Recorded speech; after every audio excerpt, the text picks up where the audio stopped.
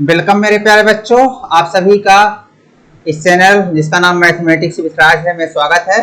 मैं आप सबके लिए क्लास 10 का जो आपका बोर्ड सिलेबस का है उसके हिसाब से पूरे वीडियो बना रहा हूं। सभी हर चैप्टर क्रम से यूनिट 1 का जो चैप्टर है, यूनिट 2 का जो चैप्टर्स हैं, तो पहला यूनिट 2 का चैप्टर बहुपद उसका भी वीडियो बना दिया। उसके पहले यूनिट 1 का जो चैप्टर है वास्तविक संख्या उसका भी वीडियो बना दिया।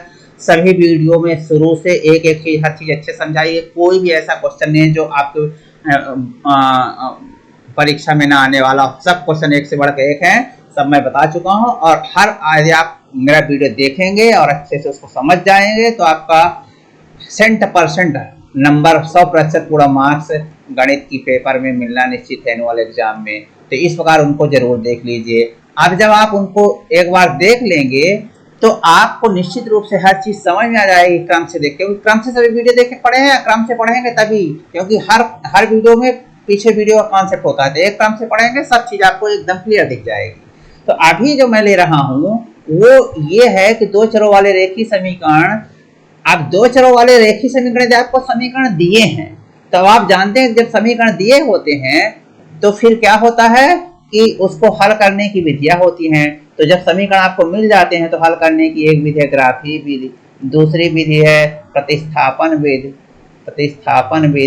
और तीसरी विधि है विलोपन विधि। तो ये सभी विधियां आपको मैं बता चुका हूं। जब समीकरण आपके सामने आ जाएं तो इन तीनों विधियों से हर समीकरण हल कर सकते हैं। कोई भी समीकरण ऐसा नहीं जो इन तीनों विधियों से नहीं हल हो सकता। लेकिन व्यवहारिक दृष्टि से ग्राफ वाली विधि थोड़ा आसान इसलिए नहीं होती है, व्यवहारिक नजरिए से अच्छी नहीं होती क्योंकि उसके लिए ग्राफ की जरूरत पड़ती है। लेकिन प्रतिस्थापन और विलोपन विधि के रफ पेपर कोई उठाइए तुरंत सेकंडों में क्वेश्चन हल कर दीजिए। मैं ऐसा सब कुछ चीज बता चुका हूं तो उनको जरूर पढ़ लीजिए, क्योंकि अब ये जो आपका चैप्टर है ये गणित की आपको पूरी बैकबोन है, गणित की रीढ़ की हड्डी आगे फ्यूचर के लिए। क्यों ये बहुत इंपॉर्टेंट चैप्टर इसलिए है इंपॉर्टेंट क्योंकि यहाँ पर आप शब्दों में सब चीज दी रहेगी। गणित में सबसे कठिन बच्चों को जो लगती है वो यही होती है, यदि शब्दों में गणित लिखी हुई है, वर्ड्स प्रॉब्लम है, ये शब्दों में सब चीज लिखा है तो इसका समीकरण कैसे बनाएंगे यही एक कठिन काम बचता है ये, और यही सबसे ज्यादा कठिन काम होता है। तो अभी हम आपको ऐसा बताएंगे कि वो एकदम सरल लगेगा, पर एक बार समीकरण बन जाए तो फिर उसको हल करने की विधियां प्रतिस्थापन या विलोपन में से कोई लगा लीजिए। आप लगाने को ग्राफ विधि भी लगा सकते हैं, लेकिन हमने बोला कि ग्राफ विधि सिर्फ परीक्षा के लिए उपयोगी है, व्यवहारिक नजरिए से उसका कोई उपयोग नहीं है, क्योंकि उसको आमतौर पर करने में बहुत समस्या होती है, ग्राफ खींचना पड़ता है। तो इस प्रकार अब आपके पास ये जो वर्ड बेस्ड प्रॉब्लम है, शब्दों पर आधारित जो प्रश्न है, इनको आप समीकरण में पहले बनाइए। लिखा है कि फॉर्म बनाइए the pair of linear equations, रेखीय समीकरणों का युग्म बनाइए। तो रेखीय समीकरणों का युग्म बनाइए इन क्वेश्चंस का, और find their solution by the elimination method if they exist. मतलब उनका जो सॉल्यूशन जो है उनको एलिमिनेशन मेथड से प्राप्त कीजिए। तो एलिमिनेशन मेथड यानी विलोपन विधि, लेकिन आप कुछ विधि से प्राप्त कर सकते हैं, पर अभी आपको इसमें एलिमिनेशन मेथड लिखा है तो उसको कल विलोपन मेथड से ही हम करेंगे। एलिमिनेशन मतलब विलोपन मेथड, ये विलोपन विधि से हम करेंगे। लेकिन ये ध्यान रखिए कि शब्दों पर आधारित है, शब्द जैसा कहे एग्जैक्ट वैसे करते जाइए, क्योंकि शब्दों पर आधारित प्रश्न बच्चों को आमतौर पर सिर्फ और सिर्फ इसलिए कठिन लगते हैं। तो जो शब्द बोल रहा है एग्जैक्टली वैसे ही करते चलिए, आपको इससे सरल फिर भी कोई टॉपिक नहीं लगेगा। जबकि सबसे ज्यादा गणित में विद्यार्थियों को समस्याएं इन्हीं टॉपिक से होती है। तो यदि आप हमारे साथ अच्छे से ध्यान से एक एक चीज देखेंगे तो आपका ये क्वेश्चन बड़े आराम से, इस तरह के कोई भी क्वेश्चन बड़े आराम से कर लेंगे, और फिर आपको खुद इतना आत्मविश्वास आ जाएगा कि आपको लगे कि यार आप मैथमेटिक्स में आप एक्सपर्ट बन चुके हैं जब एक बार ऐसे क्वेश्चन हल करना चालू कर देते हैं। क्यों? क्योंकि जो दिए हुए समीकरण है उनको तो एक दो बार आप जो वीडियो बनाए वो देखेंगे सब आपसे बनने लगेगा तुरंत, क्योंकि प्रतिस्थापन विधि विलोपन विधि उसमें कुछ दम नहीं है। लेकिन ये क्वेश्चन जब तक कॉन्सेप्ट नहीं क्लियर होगा तब तक आप इसको अच्छे से ध्यान से देखिए, और जब कॉन्सेप्ट एक बार क्लियर हो जाए तो फिर क्वेश्चन करना एकदम बाएं हाथ खेल हो जाता है। तो चलिए हम ये लेते हैं, आपका पहला क्वेश्चन है, ये क्वेश्चन है उसको ये अंग्रेजी में इधर लिखा हुआ है, लेकिन इधर हमने आपकी सुविधा के लिए हिंदी में भी लिख दिया है। तो अंग्रेजी मीडियम वाले स्टूडेंट्स ये पढ़ें और हिंदी मीडियम वाले स्टूडेंट्स ये पढ़ें। तो ये अंग्रेजी मीडियम वाले स्टूडेंट्स के लिए है और ये हिंदी मीडियम वाले स्टूडेंट्स के लिए। तो ये जरा देखिए, एक भिन्न के अंश में एक जोड़ने और हर में एक घटाने पर वह भिन्न का मान 1 हो जाता है। यदि हम केवल हर में एक जोड़े, अभी क्या किया यहाँ पर, अंश में भी कुछ किया, हर में भी कुछ किया, एक है एक जोड़ा घटाया, कुछ भी हम कर सकते हैं, वो तो सिर्फ नंबर है ना, आपसे एक बनेगा, हर प्रकार के बनेंगे। यदि हम केवल हर में, अभी दूसरी बार बोल रहा है कि हम केवल हर में एक जोड़ते हैं तो भिन्न का मान 1/2 हो जाता है। तो पहली बार इतना करता है वो, और दूसरी बार इतना करता है, और फिर पूछ रहा है कि भिन्न का मान। दो कंडीशन दी हुई है, आप देख लीजिए, दो शर्तें यहाँ पर हैं, और दो शर्तें हैं तो फिर दो रेखीय समीकरण बन जाएंगे पेयर। तो इस प्रकार जब दो रेखीय समीकरण बन जाएंगे तो फिर उनको आप हल कर सकते हैं। पहली चीज तो आपको ये समझने की जरूरत है कि जो दिया है वो जैसा हमको जरूरत है उस हिसाब से सब दिया है कि नहीं दिया है। तो हाँ, दो शर्तें दी है, इसलिए दो समीकरण हमेशा बनेंगे। तो अब चलते हैं इस जो ये क्वेश्चन है आपको हम अगले पेज में कॉपी कर लेते हैं, अगले पेज में इसी को हल करते हैं। चलिए अगले पेज में इसको कॉपी कर लेते हैं। तो ये आपका अगले पेज में ये क्वेश्चन आ गया। एक भिन्न के अंश में एक जोड़ने और हर में एक घटाने पर वह भिन्न का मान 1 हो जाता है। एक शर्त ये जैसा कि मैं बोला हूँ, और दूसरी जब हम केवल हर में एक जोड़ते हैं, अंश में कुछ नहीं करते हैं, जो भिन्न है उसके अंश में कुछ, तो भिन्न का मान 1/2 है, तो वह भिन्न बताइए। बहुत सिंपल है। मान लीजिए अब सलूशन आपको करना है, तो सलूशन जैसा मैं बोल रहा हूँ वैसे ही होगा। माना वह भिन्न मतलब वह भिन्न जांच कीजिए, तो वह भिन्न आप जानते हैं कि भिन्न में अंश और हर होता है, तो वह भिन्न हमने मान लिया कि x/y है।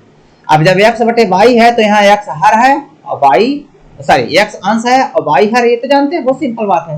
जब भिन्न के लिए बोल रहा है कोई कि भिन्न बताइए, तो भिन्न में आप अंश और हर पता कर लीजिए तो भिन्न पता हो जाएगी। तो अंश यहाँ पर क्या है, x है, और ये अंश है x और ये हर है y। तो अंश और हर आपने x y मान लिया, इस प्रकार भिन्न x अपान y हो गई। अब जैसा कहता है एग्जैक्टली वैसे करते जाइए।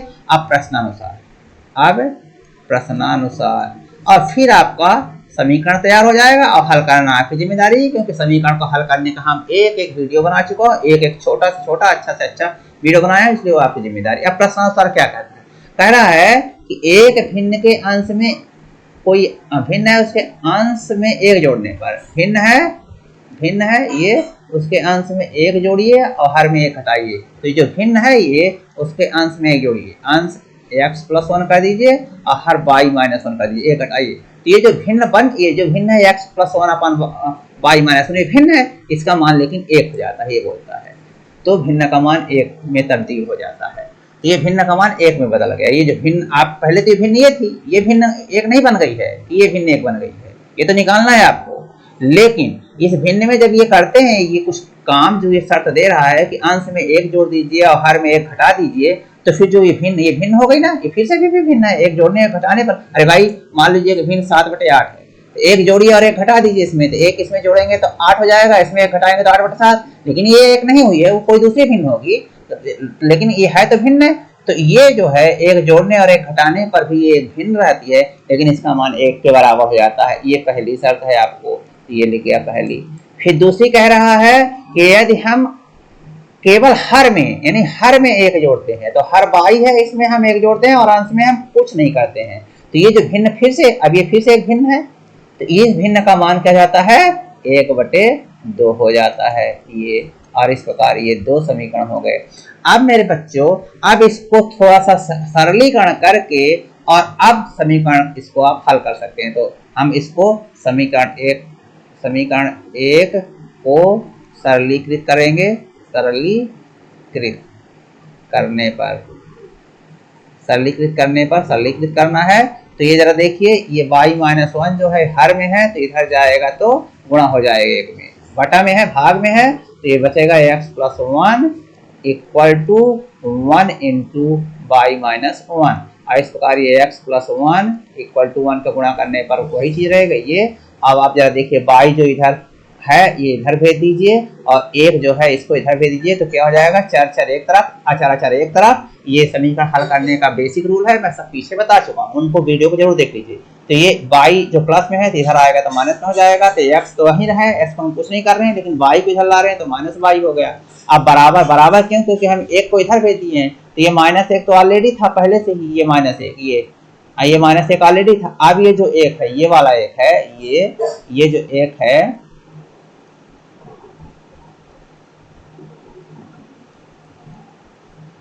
ये जो 1 है, ये 1 इधर आ जाएगा तो -1 और ये -1 हो जाएगा। क्यों, क्योंकि ये प्लस है तो ये माइनस हो जाएगा।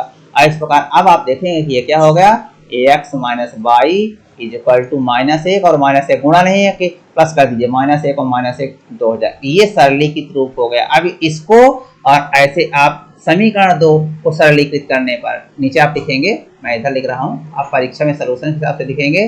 तो समीकरण 2 को सरलीकृत करने पर, सरलीकृत करने पर सरल बनाइए। ये जब ये भिन्न भिन्न के रूप में है तो ये लिखा है, जो ये कैसा लिखा है, ये ऐसा लिखा है, ये ऐसा लिखा है। तो इसको आप बनाइए, क्या हो जाएगा, x, ये 2 का इधर गुणा हो जाएगा और इसका इधर गुणा हो जाएगा। ये सिंपल सब चीजें हैं, ये सब आप पढ़े लिखे हैं। तो ये 2 इंटू एक्स और ये y प्लस 1 का इधर हो जाएगा, तो ये गुणा से होता है ये, तो 1 इंटू वाई प्लस 1 हो गया। अब ये क्या होगा, 2x और 1 का गुणा करेंगे तो y प्लस 1 रहेगा, ये इधर चला जाएगा तो माइनस में हो जाएगा, तो 2x minus Y is equal to 1।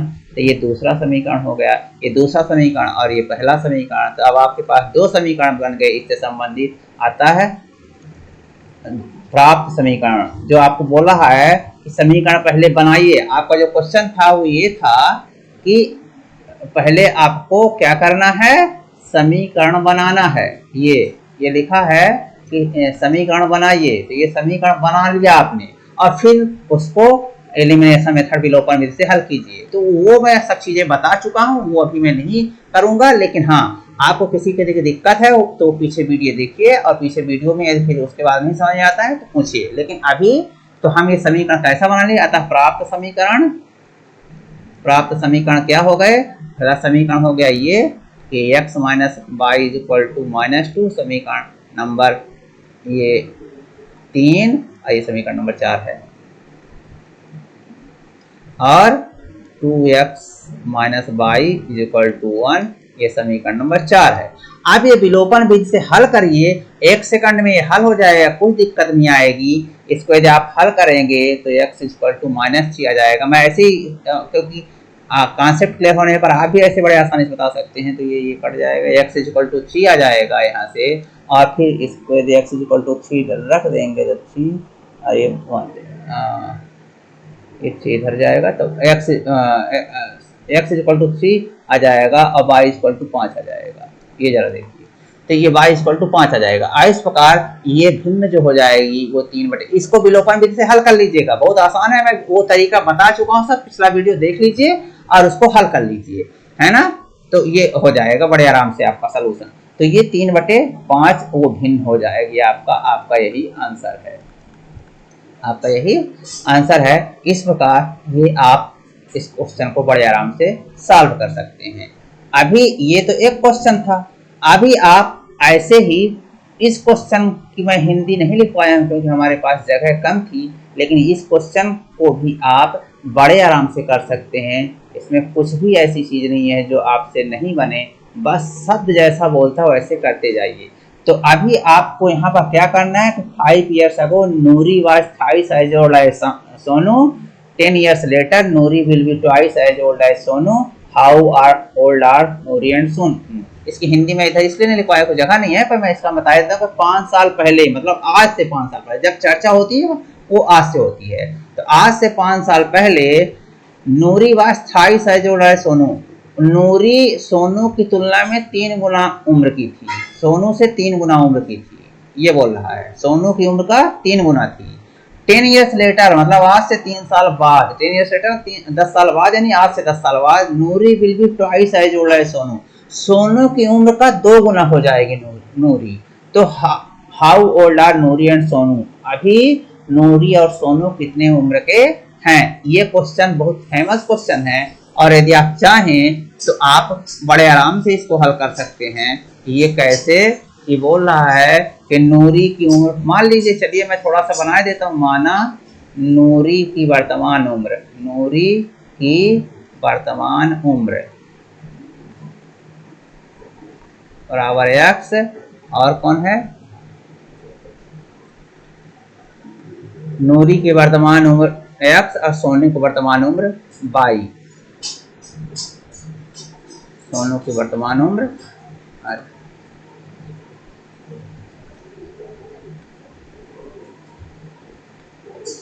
नूरी की वर्तमान उम्र x और सोनू की वर्तमान उम्र सोनू की वर्तमान उम्र 22 है। अब ये कह रहा है कि 5 वर्ष पहले, तो सबसे पहले 5 वर्ष पहले, प्रश्नानुसार पहले, तो 5 वर्ष पहले आपको ये ध्यान, यही सब चीजें ध्यान रखना होगा। तो 5 वर्ष पहले, तो 5 वर्ष पहले ये तो आज की उम्र है भाई। आज आप खुद सोचिए कि आज आपकी किसी की उम्र 16 वर्ष या 17 वर्ष है, तो 5 वर्ष पहले कितना थी? तो आज 17, उसमें 5 कम कर दीजिए तो 12 वर्ष रही। बहुत सिंपल बात है। तो आज किसी की उम्र x है जैसे, तो 5 वर्ष पहले नूरी की उम्र कितनी रही होगी? नूरी की उम्र 5 वर्ष पहले नूरी की उम्र कितनी? x-5। और सोनू की उम्र कितनी? सोने की उम्र कितनी? 22-5, 5 वर्ष पहले। लेकिन ये तो उम्र हो गई। अब इनमें एक संबंध वो बता रहा है आपका क्वेश्चन। वो क्वेश्चन क्या बोल रहा है कि 5 वर्ष पहले, ये लिख रहा है कि 5 वर्ष पहले, यहाँ देखिए 5 वर्ष पहले ये नूरी की उम्र सोने की उम्र का 3 गुना थी। तो अब आप चलिए, नूरी की उम्र सोने की उम्र का 3 गुना थी, तो अब आपको वैसे करना पड़ेगा। हाँ, तो 5 वर्ष पहले नूरी की जो उम्र ये है, ये सोनू की उम्र का 3 गुना थी। तो x-5 जो है, ये सोनू की उम्र y-5 है, इसका 3 गुना कर देते हैं तो वो नूरी की उम्र के बराबर हो जाती है। अब यहाँ से समीकरण इसको सॉल्व करेंगे तो एक समीकरण मिलेगा। अब 10 वर्ष बाद, 10 वर्ष बाद बोल रहा है, तो 10 वर्ष बाद पहले तो नूरी की उम्र बताइए क्या होगी? नूरी की उम्र 10 वर्ष बाद क्या होगी? आज भाई मेरे x है, जैसे मैंने बोला कि आज यदि आप 17 साल है तो 10 वर्ष बाद 17 प्लस 10 हो जाएगी, आगे हो जाएगा, ठीक हो जाएगी, 27 हो जाएगी। तो ऐसे इसकी x है तो x प्लस 10 हो जाएगी 10 वर्ष बाद नूरी की उम्र। और सोनू की उम्र कितनी हो जाएगी 10 वर्ष बाद? 22 प्लस 10। तो ये तो हो गई। लेकिन ये बोल रहा है कि प्रश्न के अनुसार कि 10 वर्ष बाद नूरी की उम्र सोनू की उम्र की दोगुनी रहेगी। तो x प्लस 10 जो है, ये सोनू की उम्र जो 22 प्लस 10 है 10 वर्ष बाद, उसका 2 गुना ये। आप देखिए ये दूसरा समीकरण बन गया। अब इनको सरलीकृत करेंगे। जब इन दोनों को सरलीकृत करने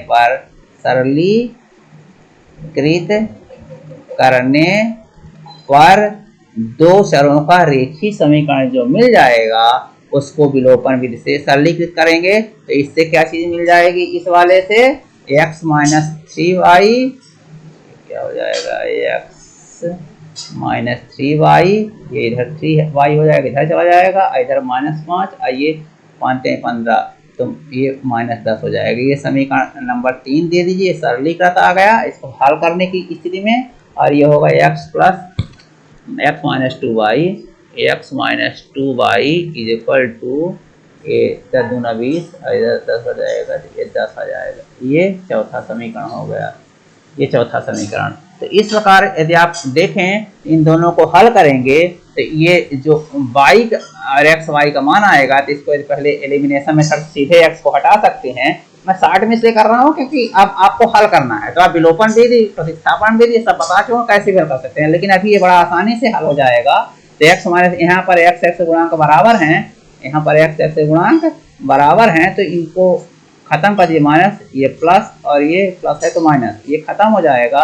ये -3y या +2y, ये प्लस माना जाएगा। मैं पीछे सब बता चुका, उसको देख लीजिए। तो -y is equal to -10 minus ये -20। मैं ऐसे जल्दी से इसलिए कर दिया क्योंकि कॉन्सेप्ट पूरा डिटेल से मैं बता चुका हूँ हर चीज पिछला वाला वीडियो, इसलिए y इज इक्वल टू 20 हो गया।